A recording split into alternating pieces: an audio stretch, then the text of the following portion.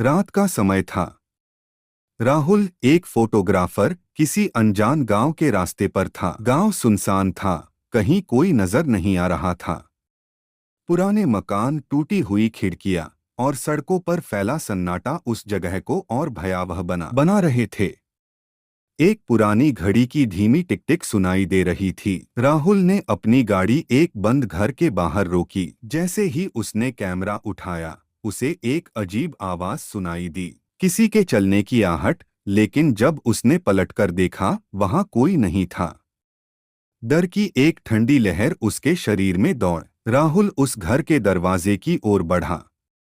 दरवाजा बंद था, लेकिन अंदर से किसी के हंसने की आवाज आ रही थी। उसका दिल तेजी से धड़कने लगा।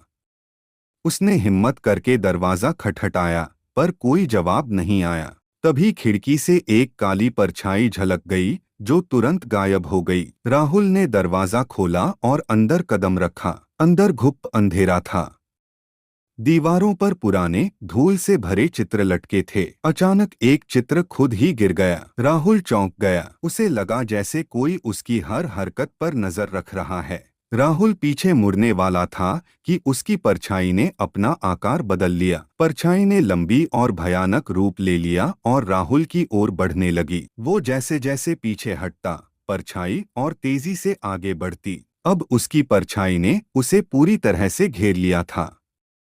अचानक घर में एक काली शक्ति ने उसे घेर लिया और उसकी चीखें पूरे घर में गूंजने लगीं।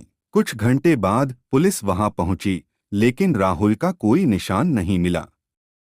केवल उसका कैमरा फर्श पर पड़ा था और उस कैमरे में आखिरी तस्वीर थी, एक भयानक परछाई जो राहुल के ऊपर झुकी हुई थी। गांव में अब कोई उस घर की तरफ नहीं जाता।